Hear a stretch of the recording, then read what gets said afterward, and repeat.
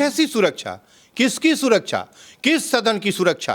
क्या वो फरिश्ता का दिया हुआ सदन है? रेपिस्ट सदन में बैठे हैं, 233 सांसद के ऊपर दाग और अपराध की लेबल लगी हुई, 545 और 243 बहरे और अंधे लोगों को आज ये समझ में आया ना कि वो लड़के क्या करने आए थे। ये महानायक कहता है कि हर हिंदुस्तानी का ये अधिकार है कि वो कहीं प्रोटेस्ट करे, मैं कहीं प्रोटेस्ट करूंगा।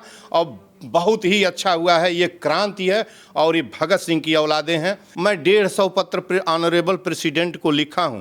मैं किससे पूछूं कि ऑनरेबल प्रेसिडेंट की ओर से एक पत्र का जवाब आज तक नहीं आया है। आप उनके ऊपर घूसा बरसाने लगे। ये धर्म कहता है क्या कि सदन के अंदर बच्चे विरोध करेंगे तो आप सदन के अंदर कुर्सियां तोड़ सकते नहीं? आप मंतर चले जाते, वहां खुला हुआ है। खाने पीने के सामान पर जीएसटी लगाने वाला कानून उस सदन में बन सकता है और विरोध उस सदन में नहीं हो सकता। हनुमानगढ़ी मंदिर के बाहर पुजारी और दुकानदार लड्डू फेंक रहे हैं, क्या यही हिंदुस्तान है? सोशल मीडिया पर और मेन स्ट्रीम मीडिया पर एक वीडियो वायरल होता है जिसमें दो बच्चे जो है वो संसद में पहुंचते हैं और कुछ रंगीन सा कलर उड़ाने लगते हैं। अब उसको देख लेने के बाद बहुत सारे लोग दो धड़े में बढ़ जाते हैं। एक धड़ा ये कह रहा होता है कि आखिर सुरक्षा के नाम पर वो एजेंसियां जो बड़े बड़े दावे करती थी, जिस पर लाखों करोड़ों फूके जा रहे थे, वो क्या कर रही थी? हो सकता है उस कलर की जगह कोई रासायनिक बम हो सकता था, उन महान सांसदों की जान जा सकती थी जो चुने हुए थे। एक पक्ष ये भी कहने को तैयार था कि वो युवा जो हैं वो सिर्फ बताने गए थे, सुनाने गए थे भगत सिंह की तरह। तो दो पक्ष है, एक पक्ष उन बच्चों को सही कह रहा है, दूसरा पक्ष उन बच्चों को कोई कह रहा है घुसपैठी हैं, कोई कह रहा है कि पाकिस्तान से कनेक्शन हो सकता है, कोई कह रहा है कि अरे कहीं से फंडेड होंगे, इस तरीके की बात है। तो हम पूर्वांचल के गांधी से समझने आए हैं कि मतलब टोटल 6 लोग हैं जिसमें से 2 बच्चे संसद भवन में पहुंचते हैं और मतलब इतनी सुरक्षा के चाक चौबंद व्यवस्था होने के बाद वो कैसे पहुंच गए? क्योंकि मॉडर्न संसद बना था, बताया गया था कि इतना लाखों करोड़ों रुपए लगा है, सुरक्षा के नाम पर सिंगोल से तलवार लाई गई थी, बोला गया था यहाँ रखा जाएगा, सबसे ज़्यादा सुरक्षित है। तो बच्चे कैसे घुसे, एक सवाल, और घुसे तो क्यों घुसे, ये दूसरा सवाल। आप कैसे देखते हैं इसको? देखिए, ये मैं इसको रिवॉल्यूशन विथ पीस, यह मैं एक नई बात कह रहा हूँ। मैं डॉक्टर संपूर्णानंद मल, पीएचडी दिल्ली यूनिवर्सिटी, और दुर्भाग्य सौभाग्यवश गूगल ने मुझे पूर्वांचल गांधी घोषित किया है, तो मैं जो भी कैमरे पर कहूँगा वो सत्य कहूँगा। यह रिवॉल्यूशन विथ पीस है। यह एक ऐसी क्रांति है जो शांति के साथ क्रांति है, जिसमें दो धुआं उड़ाना शांति है। और इसके पहले जो ये कहा गया कि 20 बरस की बरसी पूरी हुई है, जो 2001 में दिसंबर 13 में जो अटैक हुआ था, जिसमें हिंसा हुई थी, मारे गए थे लोग, तो वह नहीं है। यह धुआं उड़ाया गया है और धुआं उड़ा के सेम दिन सेम परिस्थिति राइट। ये एक आकर्षण का विषय है, एक रिवाइवल है, एक आकर्षण है कि आप एक रिवॉल्यूशन के डेट में, आप इस तरह के रिवॉल्यूशन के डेट को चिन्हित करिएगा। आप उसको बदलाव मानते थे जो पहले हुआ? ये इतना बड़ा बदलाव है, इतना बड़ा चेंज की तरफ है। ये युवा रिवॉल्यूशन है, ये यंग का एक रिवॉल्यूशन है जो घुमड़ रहा है दिमाग में पूरे भारत के। वह केवल 6 का नहीं है, उन 6 का नाम हम लेते हैं: सागर, अनमोल, मनोरंजन, नीलम, जो लड़की थी जो सदन के बाहर थी, जो नारे क्या लगा रही थी आपको पता है? भारत माता की जय। नो, उसका सबसे जबरदस्त नारा है तानाशाही नहीं चलेगी। तानाशाही नहीं चलेगी। आप इसका सिंबोलिज्म समझ रही हैं कि कितना बड़ा है? ये पूरी डिक्टेटरशिप जो इस देश के अंदर इस समय चल रहा है, कुछ नहीं है। नो डेमोक्रेसी, नो कॉन्स्टिट्यूशन, कुछ भी नहीं है इस देश के अंदर। स्पष्ट रूप से मैं कहना चाहता हूँ कि कुछ भी नहीं है। क्लियर कैसे कह रहे हैं कि ये कॉन्स्टिट्यूशन की ये भी तो हो सकता है उन बच्चों को कहीं बहलाया फुसलाया गया हो, किसी संस्था से वो जुड़े रहे हों, कोई ये आप कह रही हैं कि उनको बहला के, और ये उस पर्टिकुलर जगह पर संसद की दीर्घा से पार्लियामेंट में कूद कर नीचे आकर और जूते को निकालते ही एक धुआं विशेष तरीके से फैलाकर ये उसी स्थान का चयन करना, ये क्यों इस तरीके से करना, इस पर आपको आपकी दृष्टि जानी चाहिए। अब मैं बैक में चलता हूँ, जरा इसके बैकग्राउंड को थोड़ा सा जान लीजिए। 3 तरह संसद पर 3 अटैक हुआ है, संसद पर 3 अटैक हुआ है। एक तो 8 अप्रैल 1929 को हुआ था, संसद के अंदर हुआ था, और भगत सिंह बटुकेश्वर दत्त ने किया था। ठीक है ना? उस समय कौन प्राइम मिनिस्टर था? आप बताइए। ब्रिटिश इंडिया का प्राइम मिनिस्टर कौन था? रेमजे मैकडोनाल्ड था। और वायसराय कौन था? इरविन था, जिसे लॉर्ड कहा जाता है। मैं लॉर्ड उसे नहीं कहता हूं कभी। इरविन वायसराय था। और प्रोसीडिंग कौन कर रहे थे पार्लियामेंट में? सरदार विट्ठल भाई पटेल कर रहे थे। और कौन सी बिल रखी गई थी? ट्रेड डिस्प्यूट्स बिल्स, और एक जो है पब्लिक सेफ्टी बिल, जिस बिल में यह अधिकार मिल रहा था अंग्रेजों को कि किसी को किसी समय बिना प्रोसीडिंग किए उनको जेल में डाल दें, उनको सजा दे दें। ये अधिकार, अहर्निश अधिकार मिल रहा था। और ट्रेड डिस्प्यूट्स बिल का मामला छप रहा था। ठीक, तो एक तो हुआ। तो वो अटैक क्यों हुआ था? वो भी बहरों का जो पंपलेट फेंके गए थे, उसमें स्पष्ट था कि बहरों को सुनाने के लिए, ब्रिटिश हुकूमत को सुनाने के लिए और ब्रिटिश हुकूमत को मैसेज देने के लिए हुआ था। दूसरा अटैक हुआ था 2001, तो ब्रिटिश हुकूमत के विरुद्ध हुआ था, और 2 अटैक और हुए हैं। दोनों जो है, एक अटल बिहारी वाजपेयी जी के शासनकाल में हुए हैं, एक रूलिंग वो थी, और एक रूलिंग फिर नरेंद्र मोदी जी के शासनकाल में हुई है सदन के ऊपर। आप सिंबोलिज्म पर जाइए। मैं नहीं कहता कि ये हो सकता है, हिस्ट्री एज पर चांस भी हो सकता है कि ये चांस ही हो कि एक में हुई तब रूलिंग पार्टी जो है भाजपा थी, और अब जो हुई है तब भी रूलिंग पार्टी भाजपा है। लेकिन मैं इससे अलग आता हूँ। 2 अटैक का नेचर एक था, और ये हुआ क्यों है, आखिर क्या बात है? दो ने उसमें कमेंट किया है। सागर ने कमेंट किया है। इसके पहले किसी का ध्यान नहीं गया कि एक तो 6 बच्चे बेरोजगार, 6 यंग पढ़े लिखे युवक हैं, उसमें 2 तो कम से कम, एक एमफिल और एक जो है बीटेक है। आप इन युवाओं को, और सागर ने एक कमेंट फरवरी में किया है, लास्ट फरवरी में उसने लिखा था, जो भी कमेंट है, ये कमेंट जो मैं बता रहा हूँ जागरण के 1 अप्रैल पर छपा है। जिसको भी कोई आपत्ति होगी देख लेगा, इसमें मेरा कुछ भी नहीं है, और जो मैं बोलूँगा वही बोलूँगा जो कहीं लिखा पड़ा है, और जो अपनी ओपिनियन होगी तो मैं बताऊँगा। लिखा है, भारत एक भयावह स्थिति में है। आपको समझ में नहीं आ रहा है, और आप कह रही हैं थोड़ा सा विचार की, लोग कह रहे हैं कि ये किसी को बहकावे का मामला है। एक उसमें से 2 लोग ये बता के निकले हैं कि मैं एक भर्ती में जा रहा हूँ, रोजगार की तलाश में जा रहा हूँ। एक लड़के ने बोला है कि मैं एक एजिटेशन में जा रहा हूँ, एक सत्याग्रह में जा रहा हूँ, और एक ने कहा अपने पिता से, उधर महाराष्ट्र वाला, कि मैं नौकरी में भर्ती होने जा रहा हूँ। बेरोजगारी, उससे पैदा गरीबी, विषमता, बलात्कार, क्राइम, जो इसके बाद जो है करप्शन, हिंदू मुस्लिम नफरत, जातीय जहर, ये आप समाज के अंदर घोल के इस समाज को आप क्या देना चाहते?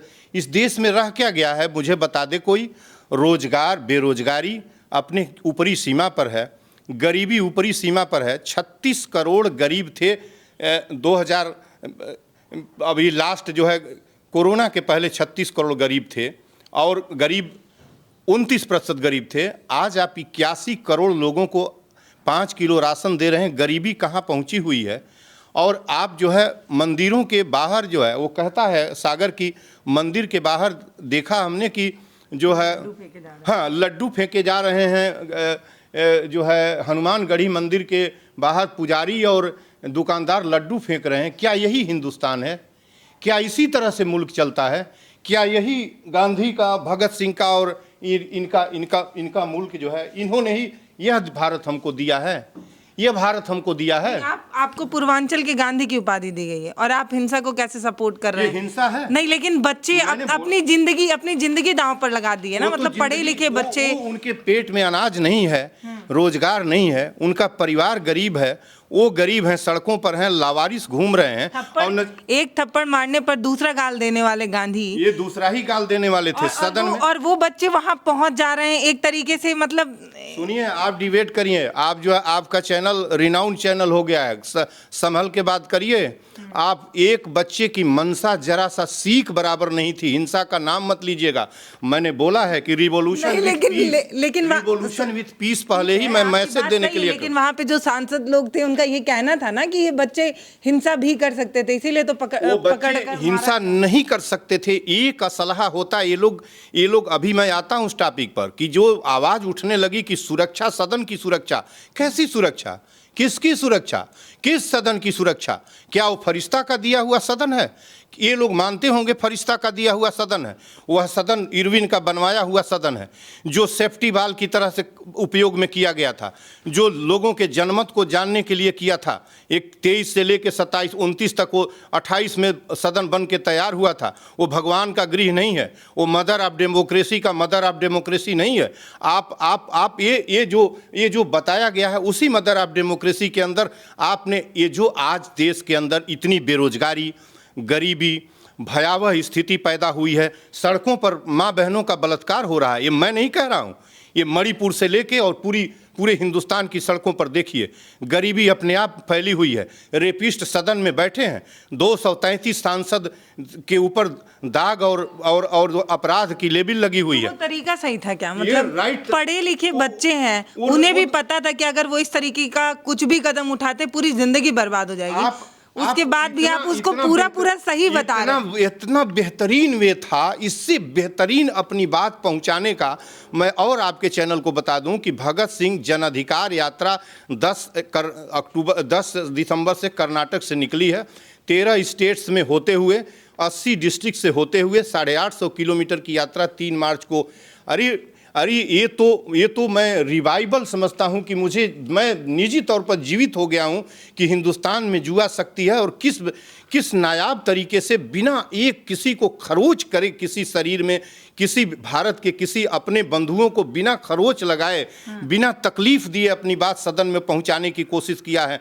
कम से कम दुनिया जान गई कि किस बात के लिए सदन में वो लड़के उतरे थे। बच्चे बताए थोड़ी कि वो किस बात के लिए उतरे। ये बात मैं तो लेके बैठा हूँ, इधर कैमरा आप करिए। इस पंपलेट में लिखी हुई बात जो उनके स्टेटमेंट हैं उसमें लिखा हूँ। सर आप सुनिए मेरी बात, जैसे आप उनका फेसबुक खंगाल रहे हैं, आप ये बताना चाह रहे हैं कि बच्चे की विचारधारा ये रही, लेकिन जो एक मेरी समझ है, मैं ये समझ पा रही हूँ कि वो बच्चे जो अपनी पूरी ज़िंदगी दांव पर लगाकर हम लोगों को या समाज को समझाना चाह रहे थे कि देखिए हमारी पीड़ा ये है कि हम बेरोजगार हैं, लेकिन ये तो चर्चा ही नहीं हो रही है ना। चर्चा तो सुरक्षा की। राइट, तो ये चर्चा इसलिए हो रही है कि जिनको चर्चा करना है वो इस बात की चर्चा क्यों करेंगे कि ये बेरोजगारी और तकलीफ और ये जो है गरीबी में जो भारत डूबा हुआ है, और आप किस तरीके से अंधविश्वास और पाखंड में इस हिंदुस्तान के असलियत को मार रहे हैं। हिंदुस्तान बुद्ध का देश है, कबीर का देश है, गांधी का है, विवेकानंद का है। समझ रही है ना? हिंदुस्तान ऐसे मुल्क नहीं है कि आप सदन में। और ये तो भाई कह तो रहा हूँ कि अच्छा, भगत सिंह के समय में 2 लोग बम ब्लास्ट किए थे, 3 लोगों को फांसी दी गई थी लाहौर जेल के अंदर। भगत सिंह, सुखदेव, राजगुरु को 27 करोड़ की आबादी थी। आप क्या वो अब विचार में कहिएगा कि वो अपनी बाजी दे रहे थे, अच्छा रास्ता नहीं था। आज उस समय कहा गया था आतंकवादी अटैक, आज किताबों में और नेशनलिज्म की पराकाष्ठा थे। भगत सिंह को मैं अकेले भारत कहा करता हूँ। हिंदुस्तान की शान है भगत सिंह, और भगत सिंह पर नाज है हमको। और मुझे निजी तौर पर 6 युवाओं को, जिनका इसमें नाम लिखा हूँ, इतिहास के पन्ने में आज आपको बताता हूँ कि आज आप कोई हमारी बात को कंडम करे, कल के इतिहास के पन्नों में पढ़ाया जाएगा, हिंदुस्तान के इतिहास के पन्ने में, इसलिए कि इसकी नीड है। हिंदुस्तान कहाँ पहुँच गया है उन युवाओं ने। यही बात तो मैं भी बैठ के इस घर से कहता हूँ कि टोल टैक्स तुमको नहीं लगाना चाहिए, सत्याग्रह करता हूँ। मेरा तरीका अलग है, वो एक अलग तरीका है। आप इन 6 बच्चों को क्रांतिकारी बता रहे हैं, कह रहे हैं स्वर्ण अक्षरों में इन्हें याद किया जाएगा इतिहास में, लेकिन एक तबका उनको गलत कह रहा है ना। कह रहा है कि ये बच्चे किसी और विचारधारा से बीमार थे, मानसिक रूप से बीमार थे। इस तरीके का कदम उठाना जो मतलब एक तरीके से उन सांसदों पर हमला भी हो सकता था, लेकिन हुआ नहीं। मुझे देखिए, एक तो हमला नहीं हो सकता था, और सांसदों ने भी संयम का व्यवहार किया। उनके साथ मारना भी नहीं चाहिए, उनको हाथ नहीं छोड़ना चाहिए, इसलिए कि सब उनके बच्चे थे। और पर एक वो लोग तो बड़े अच्छे से मार रहे थे, मतलब बस मार रहे थे, वो मार रहे थे, वो तो मैं किस तरह का कमेंट अब नहीं करूंगा, इसके आगे नहीं करूंगा। मार रहे थे, छूना नहीं चाहिए था। वह वतन के थे, वो भगत सिंह की संतानें थे जो सदनों में गए, हिंदुस्तान के जो 13 को हुआ है। उन्होंने इस देश के युवाओं को और तमाम लोगों की आंखें खोली हैं कि अब भी आप सोचिए कि कहाँ पहुँच गए हैं। देखिए, मैं निजी तौर पर उनको भगत सिंह, सुखदेव, राजगुरु, बिस्मिल, अशफाक, रोशन, लाहिड़ी, जितने भी कह लीजिए, उधम सिंह, आपके इनकी श्रेणी में रखना चाहता हूँ। दूसरी बात कि उन्होंने कोई भी गलत काम नहीं किया है, और सबसे बड़ी बात यह है कि उनके पूरे मिशन में किसी को एक पिन भी चुभोना नियत नहीं थी। ये सबसे बड़ी बात है। धुआं उठाया उन्होंने बैठ के सबकी। अब आप पीला और हरा रंग मिला के केसरिया बनाना चाह रहे थे। केसरिया बना के उन्होंने एक धुआं उड़ाया सदन के अंदर, और सदन में बैठे सदन में बैठे जो बेईमान बैठे हैं, करप्ट्स बैठे हैं, क्रिमिनल्स बैठे हैं, चोर बैठे हैं, जो अच्छे लोग हैं उनके लिए इन शब्दों का इस्तेमाल न किया जाए, मैं पहले से क्षमा मांगता हूं। लेकिन जो लोग जो अपने पर्चा दाखिला में लिखे हैं कि हमारे ऊपर इतनी केसेज हैं, जिनकी प्रोफाइल ऑनरेबल सुप्रीम कोर्ट में गई है, उनको मैं कभी भी सम्मानित दृष्टि से नहीं बात कर सकता।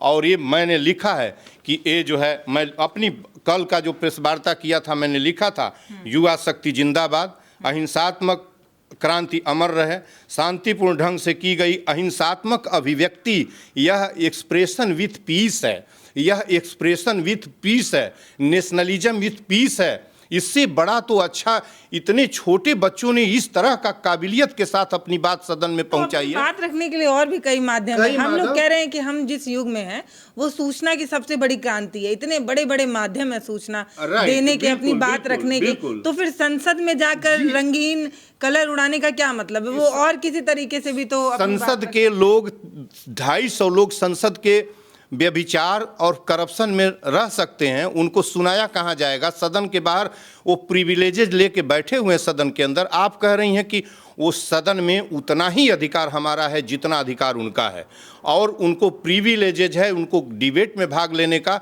दर्शक दीर्घा से उनको जो अभिव्यक्ति उनकी आई, अपनी बात सुनाने का बेहतरीन जगह है। सदन भी है, सदन के बाहर जगह है। मैं 150 पत्र ऑनरेबल प्रेसिडेंट को लिखा हूं। मैं किससे पूछूं कि ऑनरेबल प्रेसिडेंट की ओर से एक पत्र का जवाब आज तक नहीं आया है। मैं कभी भी हिंसा और कभी भी अपने निजी हित की बात नहीं किया हूं, चोरी की। जब भी मैं लिखता हूं, टोल के लिए लिखता हूं, जीएसटी के लिए लिखता हूं। ये रिस्पॉन्सिबल गवर्नमेंट है क्या? कौन पूछने वाला है? सड़कों पर रोज लाखों एजिटेशन हो रहे हैं, जो आप कह रही हैं कि दूसरा way of agitation, way of means भी है एजिटेट करने का। वो सुनने वाला कौन है?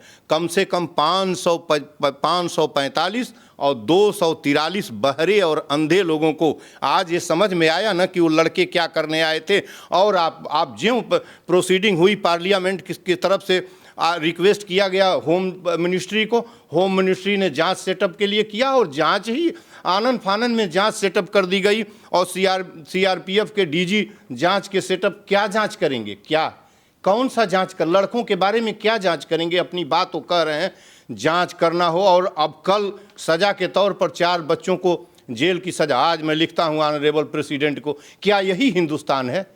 क्या किसको जेल की सजा होनी चाहिए?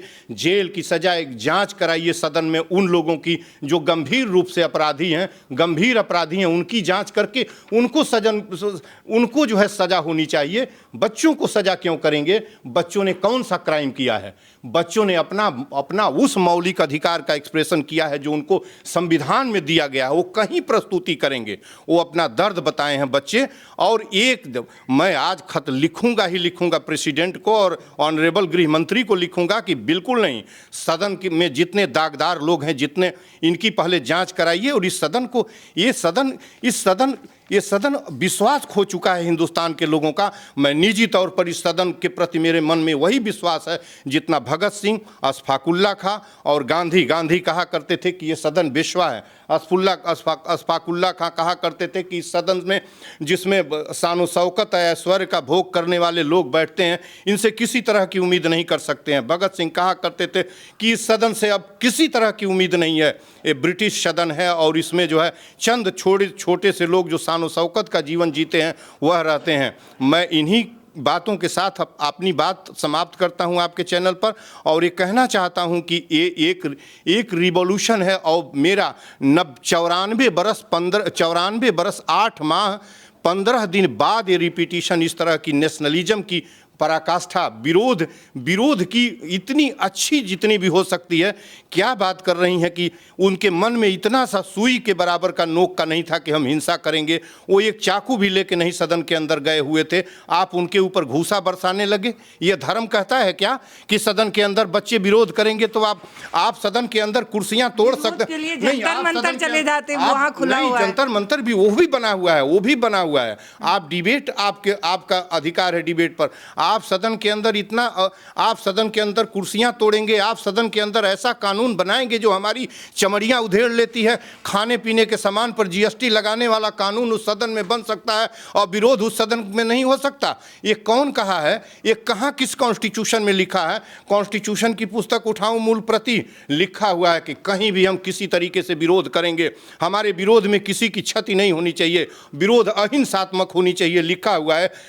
जो आर्म के साथ नहीं होनी चाहिए। जिन बच्चों ने सदन में 6 बच्चों ने स्वर्णिम अक्षरों में इतिहास लिखा जाएगा और हिस्ट्री के स्कॉलर होने के नाते मैं लिखूंगा उनके ऊपर पुस्तक और स्वर्णिम अक्षरों में दर्ज हो गया इतिहास उनका स्वर्णिम अक्षरों में, ये बहक नहीं सकता। और उन्होंने इन जुआओं को हिंदुस्तान के निकलना चाहिए, इन बेईमानों को जो सदनों में बैठे हैं, जो बलात्कार, हिंसा, करप्शन में लिप्त हैं, इनको कहना चाहिए कि आप सदन छोड़ दीजिए। मैसेज पहुंच गया, युवा जग गए। जुआ आप इस तरीके से कर रही हैं, वो वहां सदन हुआ है। देखिए आप कह रहे हैं सदन जगह की नहीं जगह, आप लोगों को देखिए, आप वो इग्नोर कर रहे हैं। जो 545 243 लोग हैं वो इग्नोर कर रहे हैं। अब वो सिक्योरिटी, सदन की सिक्योरिटी का मामला है, सिक्योरिटी की बात नहीं है। जैसे आप अभी कह रहे हैं ना कि वो जो 6 बच्चे थे वो युवाओं को जगाने आए थे जी, लेकिन वो जो 6 युवाओं को ही नहीं जगाने आए थे। लेकिन यूथ तो उनकी बुराई कर रहा है ना, वो बोला ये कोई वे नहीं है। ये आप देखिए, आपको ना यूथ नहीं कर रहा है। हाँ। वह यूथ नहीं कर रहा है जो दबा हुआ है, जिसके पास खाने का ठिकाना नहीं है। वह यूथ कर रहा है जो शहरों का लफंगा है, जो नफासतदार घरों के रहने वाला है, जिसको हराम का सुबह शाम खाना मिलता है। वह युवक जो काम करके खाता है, जो छोटी पृष्ठभूमि से आया है, जो रोजगार करके खाता है, वह समझेगा। वह युवक कर रहा है जो कुछ नहीं जो उस पृष्ठभूमि से है जहां इस तरह के काम को बताया गया है कि वह राष्ट्रवाद की पराकाष्ठा है, वह बुराई के विरुद्ध, वह जुर्म के विरुद्ध लड़ने की पराकाष्ठा 13 सितंबर को हुई है, 13 दिसंबर को हुई है। मैं उसका तहे दिल से मैं डॉक्टर संपूर्णानंद मल स्वागत करता हूं और उनको राष्ट्रवाद की पराकाष्ठा कहता हूं युवाओं से कि तुम भी इसी तरह से निर्भीक होकर सदनों के सामने प्रेसिडेंट के दरवाजे पर खड़ा होकर कहो कि हमें रोजगार चाहिए, हमें पेट चाहिए, हमको रोजगार चाहिए, हमारी गरीबी दूर करिए, शिक्षा, चिकित्सा और जन संचार और जस्टिस फ्री करिए। आप स्कूलों में शिक्षा बेचिएगा और हमको क्यों बड़ी बड़ी सड़कें, चौड़ी सड़कें दे रहे हैं? हमको एयरपोर्ट तो हमने आपसे नहीं मांगा है, हमने तो आपसे अयोध्या में टेम्पल सोने की ईंट गड़वा कर नहीं मांगी है, हमको हमारा स्कूल दीजिए। अभी सुबह जब मैं अमर उजाला के फ्रंट पेज को देख रही थी तो उसमें एक लाइन थी जिसमें ये लिखा था कि वो सारे जो बच्चे थे या वो सारे जो युवा थे वो सभी भगत सिंह को फॉलो करते थे। और वो पेज बहुत पुराना था और 2021 से वो बच्चे लिख रहे थे, लगातार लिख रहे थे, देश के हर मुद्दे पर लिख रहे थे। तो उस वक्त तो उन्हें कोई नहीं सुना। जब वो सोशल मीडिया पर आकर अपनी बात लिख रहे हैं, देश की हालत पर लिख रहे हैं, परिस्थितियों पर लिख रहे हैं और लगातार बोल रहे हैं। जब कभी अयोध्या में दीप उत्सव होता है तब भी बोलते हैं और जब कभी किसी रोजगार का मसला होता था, डायल 112 का मसला हुआ या नौकरी नहीं मिलने का मसला हुआ, बच्चे लगातार बोल रहे थे और सोशल मीडिया पर ही बोल रहे थे। तो जब लोगों ने नहीं सुना तो वो सोचे कि फिजिकली पहुंचकर बताया जाए कि पीड़ा क्या है। यही एक बिल्कुल अब आपने ठीक कहा है। मैं वो पेपर नहीं पढ़ा हूँ, शुक्रिया कम से कम अमर उजाला को, तो इतनी बात तो उसने लिखा, भगत सिंह से जोड़ा। ये जो भगत सिंह का फैन पेज था वो ठीक है, जिसमें वो सारे बच्चे ठीक एक साथ है। हुए थे। ये भले वो भगत सिंह को फॉलो न कर रहे हों, नहीं, लेकिन फॉलो कर रहे थे ना, लेकिन भगत सिंह एग्जैक्ट वही आंदोलन जो बटुकेश्वर भगत सिंह ने सदन के साथ उसी दर्शक दीर्घा में उन्होंने बम फेंका था, और बम कुर्सियों पर साइड में फेंका था, कोई क्षतिग्रस्त नहीं हुआ था, और पंपलेट में लिखा हुआ था कि बहरों को सुनाने के लिए ये कार्रवाई है। और जो ये 13 तारीख को इन बच्चों ने किया है, जो युवाओं ने किया है, सच में मैं निजी तौर पर मेरा तबीयत खुश हो गया। मुझे लगा कि फिर हिंदुस्तान एक बार फिर जो मरता हुआ हिंदुस्तान, जो जुआ शक्ति मर रही थी, वो फिर एक बार जीवित हो गई है। और इन्होंने इन 545 में से जो लोग अच्छे हैं उनके लिए मैं नहीं कह रहा हूँ, कि जो करप्ट्स हैं, क्रिमिनल्स हैं, बेईमान हैं, लफंगे हैं, लुटेरे हैं, चोर हैं, करप्ट्स हैं, ये अपने आप गिरेबान में झांके हैं। सिक्योरिटी किसकी? सिक्योरिटी की जांच क्यों करते हो? सिक्योरिटी सबसे पहले उन बच्चों की छाओं की सिक्योरिटी होनी चाहिए, जो नेशनलिज्म जिनके अंदर इतना घोर बढ़ा हुआ है, जो गरीबी, अच्छा गरीबी, बेरोजगारी और बलात्कार, हिंदू मुस्लिम नफरत और जातीय जहर इस मुल्क में किसने घोला है? मैं कहता हूं किसने घोला है? उन लोगों ने घोला है जो सदनों में बैठे हुए हैं। वोट के लिए इन्होंने हिंदू मुस्लिम को लड़ा दिया, खुले तौर पर। ये बच्चा बच्चा इस देश का जानता है। जाति का जहर घोल दिया, ये बेरोजगारी ला दिया इन लोगों ने, गरीब बना दिया पूरे मुल्क को। 80 करोड़ लोगों को 5 किलो आप खैरात पर जिंदा रखती हैं, वेंटिलेटर पर वो लोग जिंदा हैं। कह रही हैं अरे ये तो एक नजीर है जुआओं के सामने, और सभी जुआओं को उठना चाहिए और प्रतिरोध इसी ढंग से। और कितना अच्छा तरीका है कि उस समय तो उन्होंने बम का इस्तेमाल किया था, लेकिन मैं उनको प्रणाम करता हूं इन छाओं को, कि कितना अच्छा कि उसने एक बताया आपने कि क्लबिंग करके कलर केसरिया निकाल दिया धुएं से, और इन बेईमानों को दिखाया कि अभी नज़रें खोल लो, तुम देख लो कि मैं अपना दर्द, अपनी बेरोजगारी, गरीबी कहने बयां करने तुमसे आया हूं। उसके बाद भी आप उसको पकड़ के मारे 2-4 हाथ, जो भी मारे। मैं वीडियो नहीं देखा हूं, इसलिए मैं उस पर कोई कमेंट नहीं कर रहा हूं। उसके बाद आप जो है उनको जेल में डाले हुए हैं। आज अभी प्रेसिडेंट को खत लिखता हूं, जो आप कह रही हैं बार बार ना कि बहुत सारा वे है, किसी वे से सुनते हैं। 150 पत्र लिखा हूं, पत्र नहीं, ज्ञापन कमिश्नर के थ्रू गया है, एक का जवाब नहीं आता। न जाने ये क्या, कौन सा अनुशासन कहां से खरीद कर लाए हैं, न जाने कितनी जवाबदेही हो गई है इस गवर्नमेंट के अंदर। और जब जवाबदेह गवर्नमेंट नहीं रहेगी तो मैं उसे टाइप ऑफ डेमोक्रेटिक रूल कहूँगा कैसे? मैं कैसे कहूँ जब जो सरकार जवाबदेही रहित सरकार है उसको डेमोक्रेसी कैसे कहा जाएगा? ये बहुत ही अच्छा है, इसको इधर उधर गुमराह नहीं होने देना है। और न ये नफरत है, ये उसमें धुआं छोड़ना सदन में। बच्चों ने जो पसरा हुआ है समाज, गरीब कितना 100 करोड़ लोग तबाह हैं, उनकी कड़ाही में तेल नहीं है, उनको कुछ नहीं है। लिखा तो है इसमें जो है सागर ने लिखा है, और लिखा है हनुमानगढ़ी के बाहर पुजारियों और दुकानदार लड्डू फेंक रहे थे सड़क पर, और उसने लिखा है धर्म के नाम पर लूट की जा रही है। आप चंदा कहाँ? चंदा क्या है? चंदा चोरी का पैसा है। चंदा रिक्शा वाला और किसान 100 करोड़ लोग नहीं जानता चंदा क्या है। चंदा चोर देते हैं, चोरी के पैसे से देते हैं, अपने श्रम के पैसे से कौन करोड़ रुपया चंदा देगा? ये बेईमानों ने इस मुल्क को बना दिया। ये देश देखिए गांधी का देश है, सीधी सी बात है।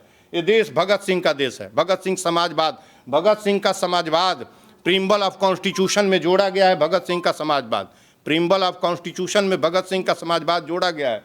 ये गांधी का मुल्क है। ये कॉन्स्टिट्यूशन के महानायक, जो दुनिया का सबसे बड़ा मेधावी, आज मैं इस कैमरे से दिखा रहा हूँ, इसका मुल्क है। और एजिटेशन इसी तरीके से विरोध होगा। मैं इस विरोध मुझे भी करना होगा, और मैं जब दिल्ली चलूंगा तो सदन के सामने और प्रेसिडेंट, ऑनरेबल प्रेसिडेंट के दरवाजे पर इस तरह का प्रतिरोध करूंगा। आप टोल टैक्स क्यों नहीं तोड़ते हैं? जुर्म नहीं है कि नहीं है? प्रेसिडेंट टोल टैक्स नहीं देगा, प्राइम मिनिस्टर नहीं देगा, ऑनरेबल मेंबर ऑफ पार्लियामेंट सभी नहीं देंगे, इंक्लूडिंग 3 दर्जन लोग टोल टैक्स नहीं देंगे। मैं टोल टैक्स दूंगा? ये क्या है? ये वायोलेशन नहीं है इक्विलिटी का, राइट टू इक्विलिटी का? तो क्या है? और मैं क्यों दूंगा? ये जुर्म होता है इस सदन में। मैं कितना पत्र लिख चुका, और संविधान दिवस के दिन मैंने एजिटेशन किया था। क्यों नहीं वापस ले लेते हैं? क्यों विवश करते हैं कि हम सदन के पास आपके सामने उठ कर आएँ? क्यों विवश करते हैं कि हम टोल को रोड पर जाके रोक दें? ये करने की क्या जरूरत है? आप जो कह रही हैं कि यही तरीका नहीं था, ये बेहतरीन तरीका। मैं नहीं कह रही हूँ, सोशल मीडिया पर एक पक्ष है जो ये बात कह रहा है। मैं तो ये कह रही हूँ कि जिन्होंने भारत को जिया है ना, वो सभी इन युवाओं के साथ हैं। मुझे लगता है कि जो समझ पा रहे होंगे, और मुझ जैसे पत्रकार तो बहुत अच्छे से समझ पा रहे हैं, क्योंकि मैंने देखा, मैं एसआई का जब प्रोटेस्ट हो रहा था लखनऊ में, तो मैं देख पा रही थी लड़कियां कैसे रात भर वहां बैठी रही प्रोटेस्ट में, और 1 हफ्ते तक बैठी रही, कोई सुनने नहीं आया। हमने देखा डायल 112 में जब वही लड़कियां जो हमारी सुविधा के लिए हमेशा तैयार रहती हैं, वो लड़कियां जब अपनी बात बोलने के लिए तैयार थी, तो कोई सुनने आया था क्या?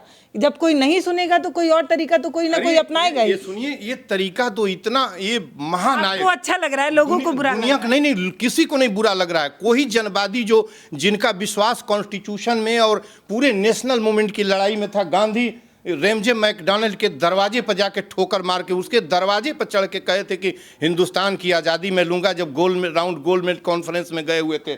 ये भगत सिंह ने कहा कि हमको आज़ादी चाहिए, तुम इससे कम तो कुछ तुमको हम किस तरीके से, फांसी का फंदा। और ये महानायक कहता है कि हर हिंदुस्तानी का ये अधिकार है कि वो कहीं प्रोटेस्ट करे, मैं कहीं प्रोटेस्ट करूंगा। और बहुत ही अच्छा हुआ है, ये क्रांति है, और ये भगत सिंह की औलादें हैं, ये गांधी, और ये इस तरीके से मुल्क चलेगा? ये चंद मुट्ठी भर लफंगे लुटेरे इस हिंदुस्तान को कब्जे में रखे हुए हैं।